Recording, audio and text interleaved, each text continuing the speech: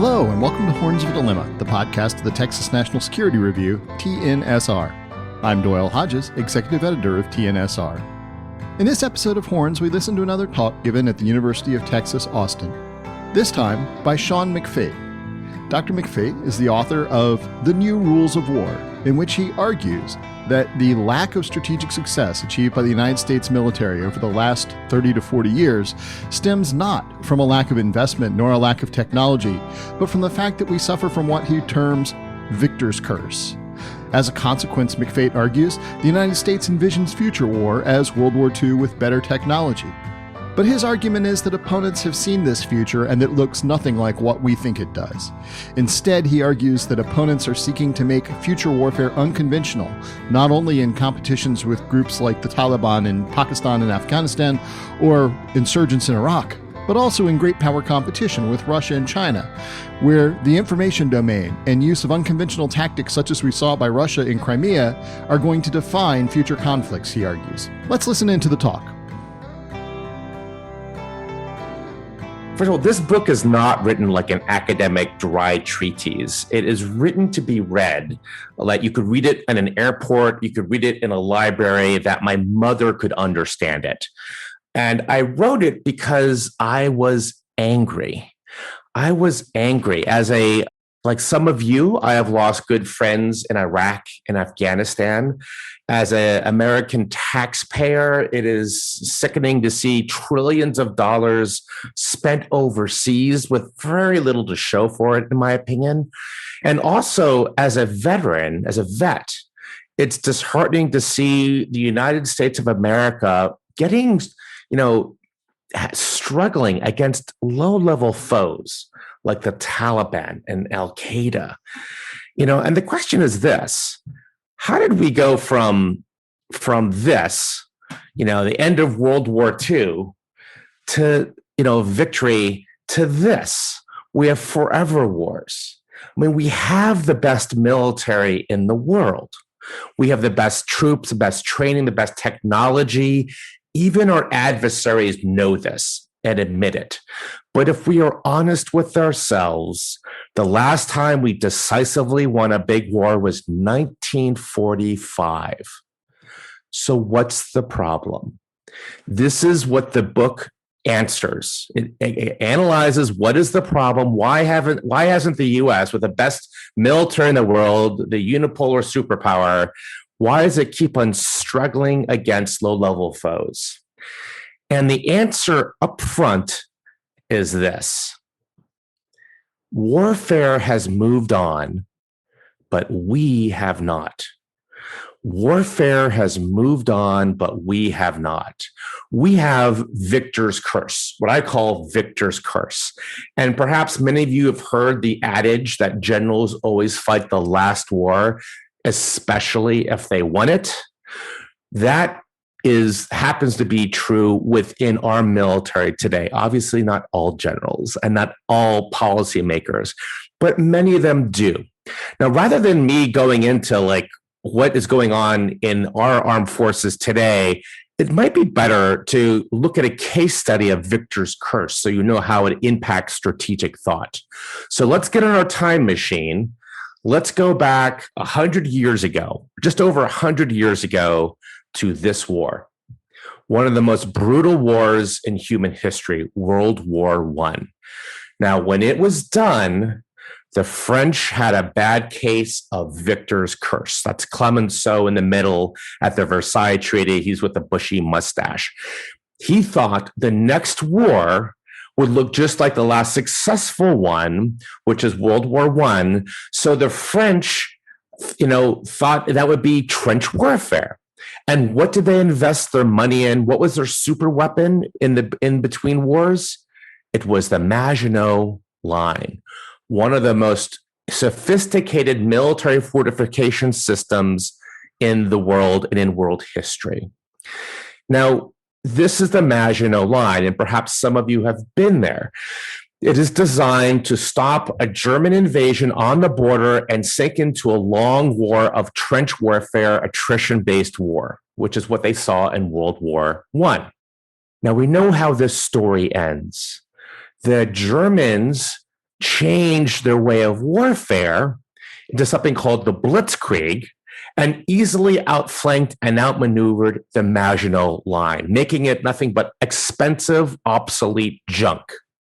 And what the Germans could not achieve in 40 years of World War I, they achieved in 46 days in 1940. And they did it because they changed their way of warfare. Meanwhile, France stood still, mired in the glory of its past until the panzers were marching down or driving down Parisian boulevards. And even then, the French high command was locked in cognitive dissonance, not understanding how this could happen to them. So this is Victor's curse. Most people who have Victor's curse think they're looking forward, but they're really looking in the rearview mirror at the glory days. And for the United States, it's this, World War II. And you see this all the time in Washington, D.C. You see this on Department of Defense war games. You see this in the think tanks here. They imagine a future war is going to look like World War II with better technology. And, we're going to talk about, is that true or not? But I do want to let you know that true war prophets do exist. They see the future of war. For those of you who are in the intelligence field, think about, can you be a true prophet? They are almost never believed because they have something called Cassandra's curse. This is the power to see the future, but nobody believes you. Cassandra's curse, from Princess Cassandra of the Iliad, who saw the gods gave her the power of foresight, but the curse that everybody disbelieved her. For example, the Trojan horse. So let's go to this gentleman, Billy Mitchell. Perhaps some of you have heard of him. He was an American Army aviator in World War I, and he saw the future of war, and it was air power. And when he came back to Washington, D.C. as a one-star, he told all of his peers the future of war is air power. Let's get ready now. It's air power. And they laughed at him. They scowled at him. And they said, Billy, come on. We all know the future war is trench warfare. It's going to be with better technology, better machine guns. Look at what the French are doing with the Maginot Line. And he said, no, you don't understand. War's already moved past us. And then he said something very heretical. He said, in the future, airplanes will sink battleships. And when he said that, the airplane was little more than a motorized kite in the era of the super dreadnought.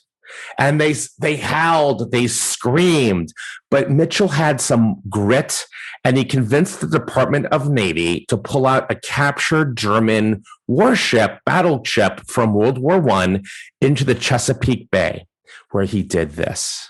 He sank it using airplanes.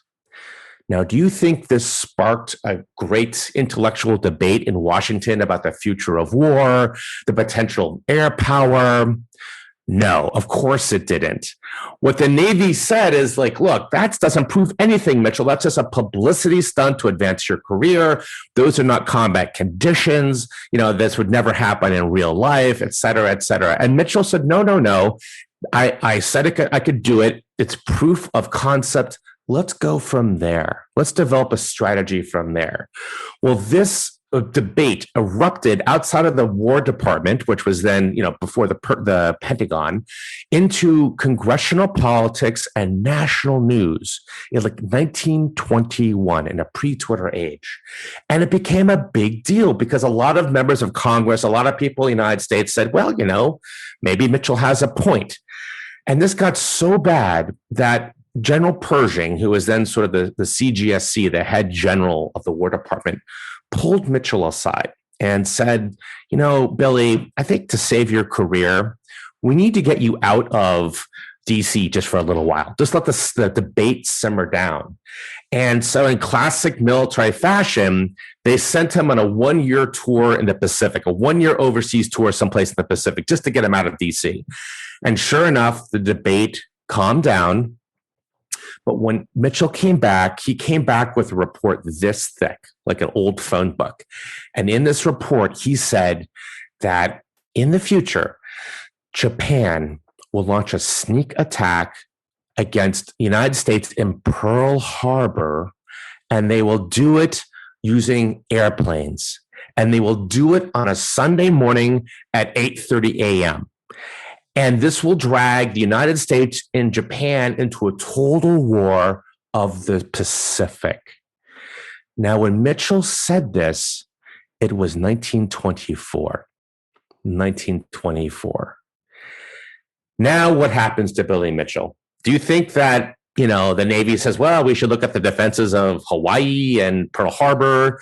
No, that's not what happens. What they do is they court-martial him. They court-martial Billy Mitchell for insubordination.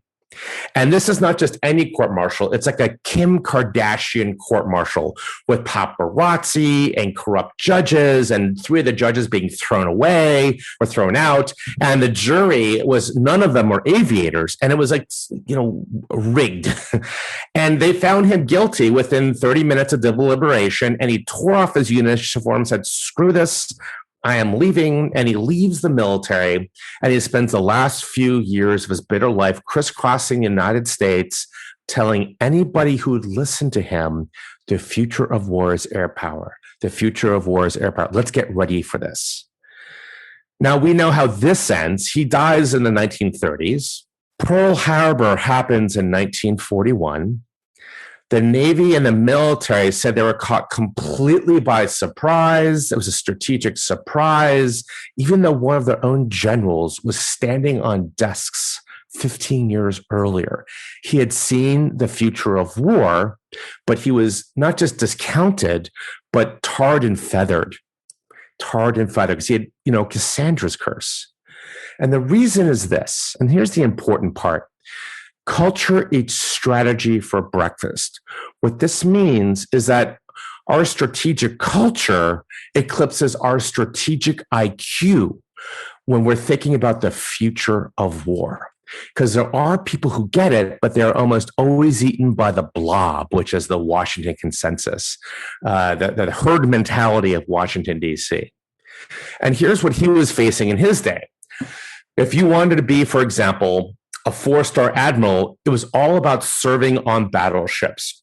For hundreds of years, battleships, man-o'-wars, frigates had been the king of the sea. And it's how countries measured their sovereign power, how many capital ships they had. In the 1890s or 80s, we had something called the Great White Fleet Tour, which went around the world showing off American power. And then here comes Billy Mitchell, an army puke, and he says, no. It says that early 1920s. No, battleships they're obsolete. In the future, it's going to be the aircraft carrier. And when he said this, and the aircraft carrier was very experimental, even stunt pilots wouldn't land on it.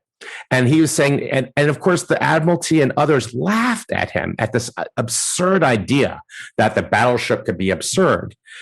And it took these traditionally minded people the Battle of Midway, arguably the most decisive naval engagement of the last century. It was fought entirely with aviation. Never did the two fleets see each other.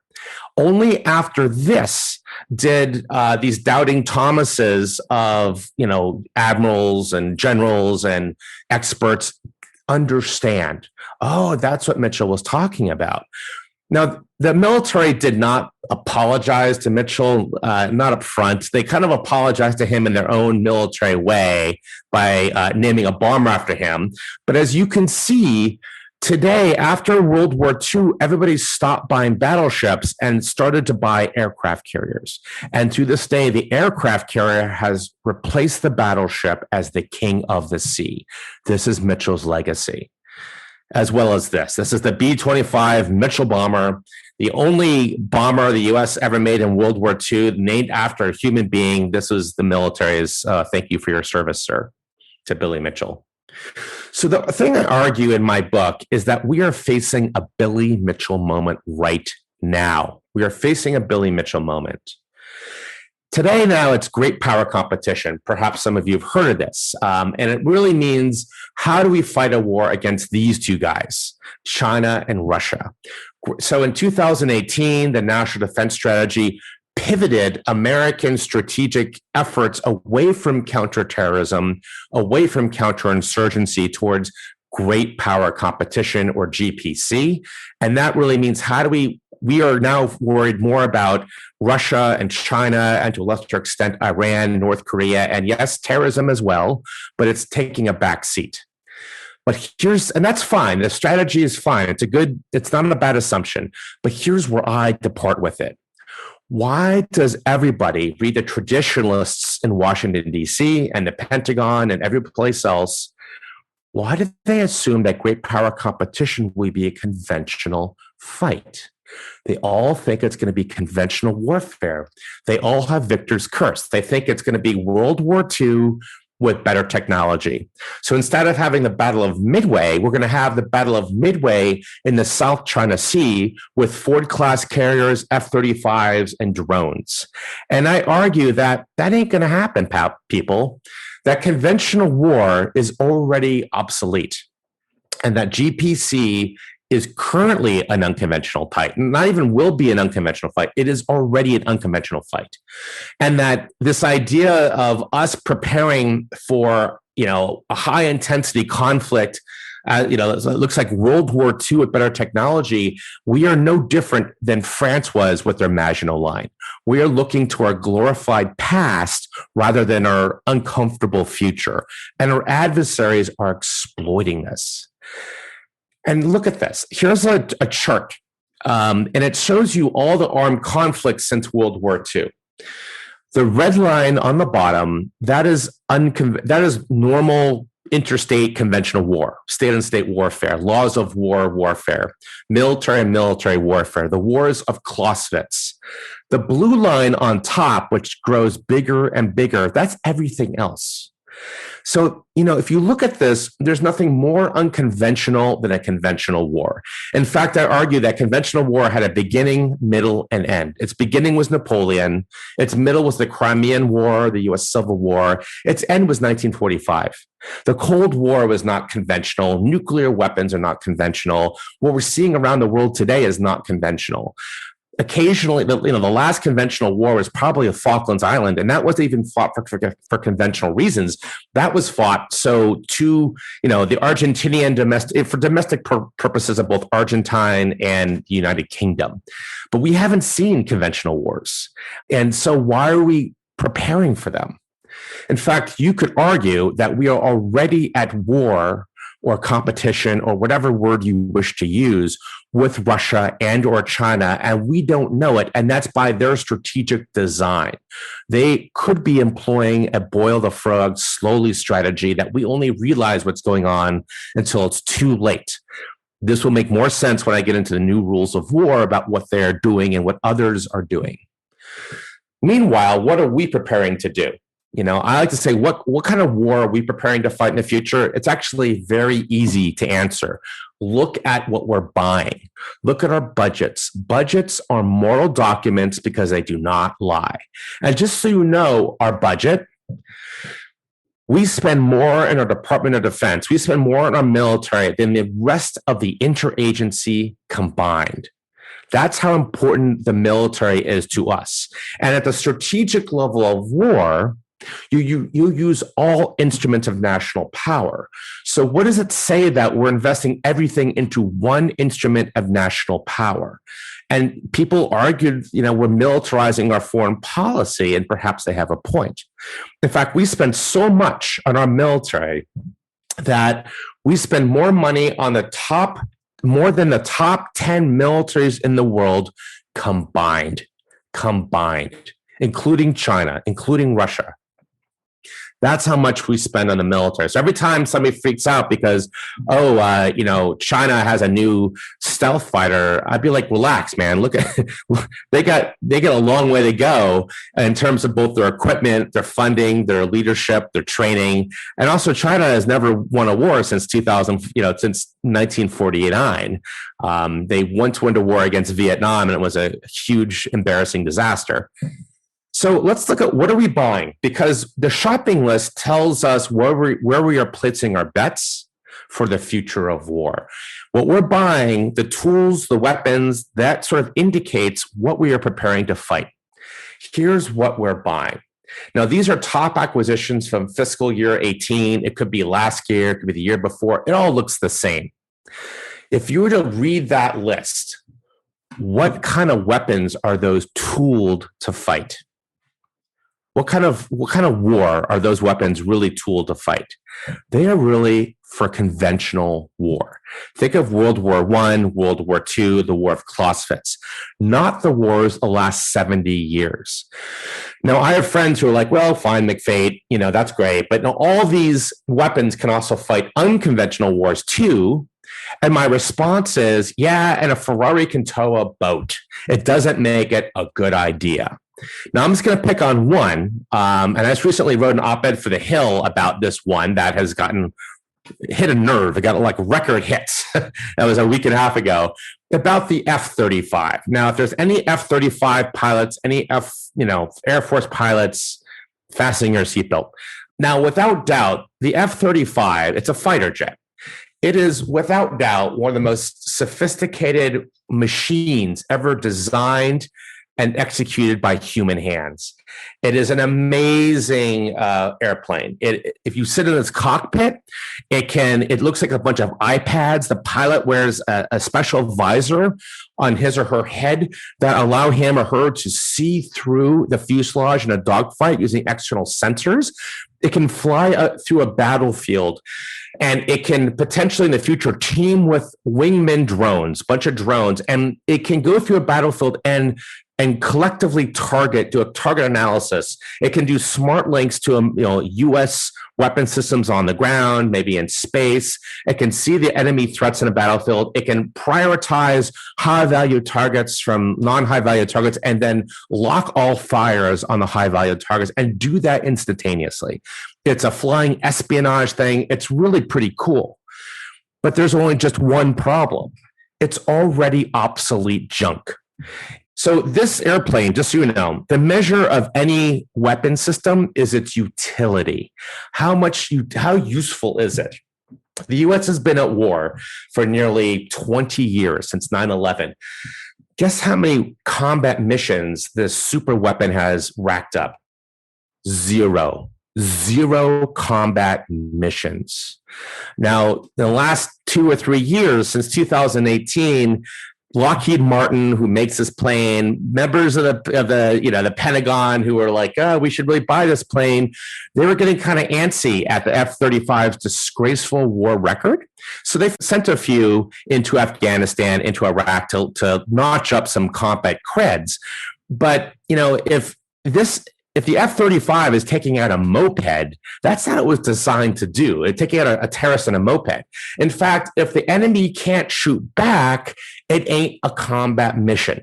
That's what infantry grunts like me always say. If the worst thing that could happen is engine failure, then it might as well be flying over Texas.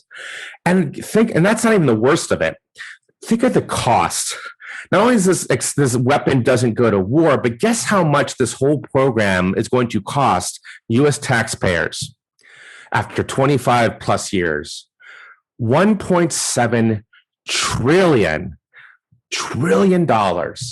To give you an idea about how many zeros that is, well, first of all, $1.7 trillion is more than Russia's GDP. All spent on a single-seat airplane. In fact, if this airplane were a country, its GDP would be ranked 11th in the world, ahead of Saudi Arabia. And it's expensive to fly, too. So all of you who are paying off student loans, think about this. Per hour, this thing costs $44,000 per hour to fly, per hour. And which is twice as much as F-15s, F-16s, F-18s, all for a weapon that doesn't go to war, that has become so exquisite. Now, the Department of Defense doesn't want to fly it because it's like the Ferrari sitting in the garage. Don't want to risk it going over a pothole, God forbid. I say the F-35 is already obsolete. It's designed to fight last century's wars. Again, not this century's wars. There hasn't been a strategic dogfight since the Korean War. So why do we need jet fighters, especially manned ones? I say this is our Maginot Line. It's the same thing as a Maginot Line. Super expensive, super, tool to fight last century's victorious wars. This is the Maggio mentality, and it's plaguing us. We're struggling against low-level foes because we have the Maginot mentality, and that future wars are like past successful ones, just with better technology. Meanwhile, our enemies are already outflanking us, just as the Germans outflanked the French in World War II. Okay, McFate, so fine. What does the future of war then look like? It's getting sneakier. Warfare is getting sneakier. And why is it getting sneakier? What is driving it into the shadows? Well, we live in an information age. This is why. When everybody has one of these, like an iPhone or an Android, you become reporter, videographer, editor, publisher, all at the same time instantly. And because of the information age, weapons that give you plausible deniability are now more important than firepower. And warfare is going into the shadows because we live in an information age.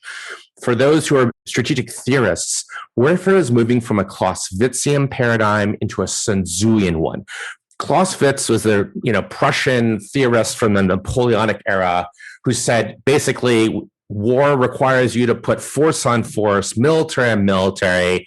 Think of, again, he's a conventional war theorist, World War I, World War II. Sun Tzu is very different. He's an ancient 2,500-year-old Chinese general who wrote The Art of War, and he is very different than Clausewitz. He says he says that war is not about force on force. He says, in fact, the art of the general is to win before the first shot is fired. He says war is strategic deception, where Clausewitz says war is firepower on firepower. They are very different. Warfare is now moving from a Clausewitzian trajectory from the 20th century into a Sun Tzuian one of the 21st century. And just look at some of these wars. Since the last couple of years, these are like sort of like the Spanish Civil War before World War II. It offers us a taste of what's coming. Look at the Ukraine, a case study. The Russians in the old way of war, the conventional war, when they want to put their boot on somebody's neck, they would march in the tanks, Clausewitzian style. Think of Hungary 56, Czechoslovakia 68. They could have done that in 2014. Their military could have easily blitzkrieged into Ukraine, but they didn't do that. What did they do? They created a ghost occupation using clandestine forces like Spetsnaz special forces, mercenaries like the Wagner Group, these little green men, these astroturfed units that are called, they're like fake separatist Russian militia units controlled by the GRU. They had loads of active measures and dense propaganda, while the West was still figuring out what the heck was going on in the Ukraine. The Crimea was already a fait accompli. And only then did the conventional war weapons like tanks and destroyers show up, purely for symbology reasons, not for the fighting was already done by these other shadowy figures. Or Libya. We don't know exactly what's going on in Libya under that fog of war. We know there's insurgents, there's militia, there's Egypt, Turkey, Russia, others are playing in that sandbox. Some of it's mercenary on mercenary, like the Middle Ages. There's even oil companies sniffing around the ends of it. So that's modern war. Or Syria. In the old rules of war, so Russia has always, for example, has always had the same strategic objective, which is to disunite Europe, to break apart Europe. In the old rules of war during the Cold War, what Russia or the Soviets would do is they'd have these huge military exercises on the border of East and West Germany, like Zapad 81. And NATO didn't know if that was a legitimate military exercise or if it was a feint or a ruse that would, become a real invasion. And this would create stress fractures within the NATO alliance system. Now, when Russia wants to break apart the European Union and NATO, they do things like this. They fight the new rules of war. They weaponize refugees. They take bombers and use them in unconventional ways. They bomb civilian centers in Syria. This helps drive a tidal wave of refugees into the European Union that results in the Brexit. That results in the rise of right-wing nationalist parties across the European Union who want to break up the EU from the inside. Moscow, in the Politburo of the Cold War, would have loved for such an outcome. And Russia did it by doing sneaky, of course, unethical things by weaponizing refugees. These are all examples of the new rules of war. Mercenaries are also returning. Mercenaries are a weapon that gives you great plausible deniability because even if you capture them, you don't know for sure if they work for Russia, the US, a Middle Eastern monarchy. You have no idea. Just because they speak Arabic or English or Russian doesn't mean who their boss is. It's not like capturing a SEAL Team 6 member or Spetsnaz member. So this is why Russia is doing its first expeditionary warfare since the Cold War into the Middle East and into Africa. And their leading weapon of choice is the Wagner Group, a bunch of very lethal mercenaries. Now, to show you how mercenaries have been rising slowly for the last 25 years after the Berlin Wall fell down, here's international mercenary, in the 1990s. Here's it today. And this is what we sort of based on what we know.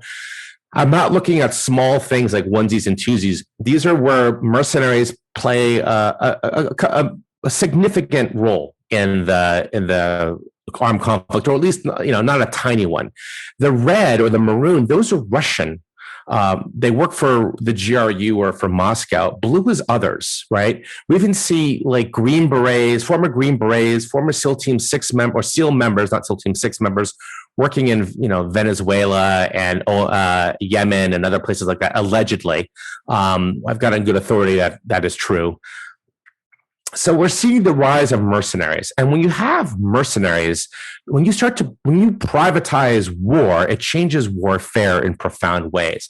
So now the super rich can hire mercenaries and they can wage war for themselves. So a private warfare, where warfare is no longer the exclusive domain of the state. We're seeing a schism between the state and the ability to wage war. And these mercenaries aren't all sort of like we would call dirtbags in the military. The tier 1 mercenaries, the very top ones, are like special operations units. You can rent Mi-24 attack Hind helicopters on the market, and Nigeria did. These are like flying tanks. Nigeria hired them in 2015 to wipe out some Boko Haram, and they did. So now that you have you can have private warfare where anybody can wage war for whatever reason they want. It will change international relations as we know it. International relations, political science is completely state-centric. It's Westphalian. And we're entering in a post-Westphalian era where with post-Westphalian warfare, which is what we've been seeing in the last couple of decades. In fact, states are no longer drivers of war. They can become booty of war. And let's look at narco states just south of our border in Mexico. I mean, or Guatemala or, Salvador. Those states there are prizes to be won, and they're called narco states by many. There's captured states, and they serve at the pleasure of narcos. So we're going to a pre-Westphalian era that looks more like the Middle Ages than the 20th century. Also, just to sort of wrap up quickly, some of the best weapons today do not fire bullets. I like to say that war is becoming epistemological, controlling narrative, disinformation, deep fakes. These are all the new ways of war. And in fact, it's how you win war, through information. So in the old rules, an old conventional war, Clausewitz, battlefield victory determined winners and losers. Today, it's telling truth from lies. And we can even talk about this in Q&A about, is this going on in our own country? We all know there's a culture war. Do we have external powers reaching in covertly, trying to stir up the pot so we tear our throats out and then we diminish our country that way? We could discuss that. But telling truth from lies, that's where victory lies today. It's not on battlefields. In fact, you remember this? Mission accomplished in 2003. The U.S. had achieved perfect battlefield victory against Iraq's military. It was completely insignificant for the war. Completely. Also in Vietnam, we had won every battle, but not the war. And this is our problem. We are still clinging to the old rules of war. We're still clinging to World War II strategic concepts. And lastly, rule number 10. And we're going to talk about the rules in Q&A. Rule number 10 is victory is fungible. There are many ways to win. You don't have to win in a battlefield. In fact, battlefield victory, like I just said, may be fairly unusual, if not obsolete. You can win by cunning, and it's not new in history. The Trojan horse is a great example. So let me ask you this question. When was the last time anybody in this room saw a Hollywood movie with a Chinese villain? Just think about that. We see Russian villains, we see terrorist villains, we even see American villains and CEOs as villains. How come there are no Chinese villains? Kind of conspicuous. Well, the answer is because they bought Hollywood legally. Legacy Studios is owned by China. And as you know, Chinese companies are not like free market companies in the United States. They're owned by Beijing. They work for Beijing. It's a state-controlled economy.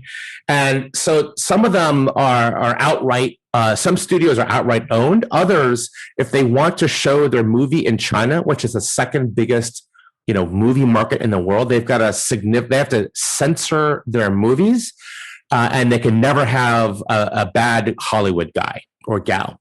And next time you watch a movie in the pre-credits, see if any of them are in Mandarin, right? And this is an increasingly common thing. All these movies, China is never the bad guy, always the good guy. So we talk about how information is now decisive in warfare and how warfare is becoming, increasingly epistemological about information and manipulating people's perceptions of reality. Here, China just bought an influence WMD legally, and they're building their own in China, their own Hollywood to rival and eclipse ours someday, they hope. And so far, they're doing a pretty good job. So maybe some of you have heard recently the Wolf Warrior talk in the Anchorage, Alaska, well, it's not really a summit, but meeting between the U.S. and China. And many U.S. commentators are calling it Wolf Warrior China foreign policy. Well, what they're referring to is this. There's two movies, Wolf Warrior 1 and Wolf Warrior 2, that came out recently. Wolf Warrior 2, this is the one you see before you, is it grossed over $800 million and plus. That's like George Clooney money, right? And here's the plot. It's sort of like Rambo, a Chinese Rambo with the guy at the top. He's like a rogue Chinese special forces guy who's got a heart of gold but an authority problem. And he sees that an American private military company, think Blackwater, but really a stand-in for SEALs and for American troops, is in Africa torturing African orphans, beating up Chinese nationals, and being evil and selfish and greedy. And he goes over there to kick ass. And the bad guys here are blatantly America. Blatantly America. So this is a soft power play. There are many ways to win wars. It's not just battlefield victory. That's, as I say, kind of outmoded. There's a way where all of our grandchildren are speaking Mandarin as a second language and are sympathetic to Beijing values. Now you say, well, fine, McFate, that doesn't compute. That's pretty way out there. It's not. It's what we did to Germany after World War II. By the time the Berlin Wall fell down in 1989, West Germans were all speaking English as a second language, loved America, American culture, loved capitalism, loved everything America stood for. Their Nazi ancestors would be furious at this outcome, because this is what durable peace or durable victory looks like. It looks like that. And there's many ways to win. It's not just with militaries. And of course, what are we investing in? Militaries. Now, I say we can win in this modern geopolitical environment that's changed war, where war is getting sneakier, but we need to increase our strategic IQ. We can't be like the French with the Maginot Line, thinking that the false security of our military is okay. It's not okay. Warfare has changed. We are being lapped. That's why we struggle against low-level foes. The good news is all we got to do is change the way we fight. Rules 1 through 4 are habits we have to break. Rules 5 through 10 are new things we've got to do. Now, the conventional warrior's mind will explode. And I'm okay with that because we are living in a post-conventional war era. The evidence for that is overwhelming if you look at the last 60 years of conflict around the world. Very little of it is conventional. You could count it on two hands versus the hundreds of other things that we don't think of as war even, but they are war. Thank you for listening to this episode of Horns of a Dilemma, and please don't forget to visit our website at tnsr.org.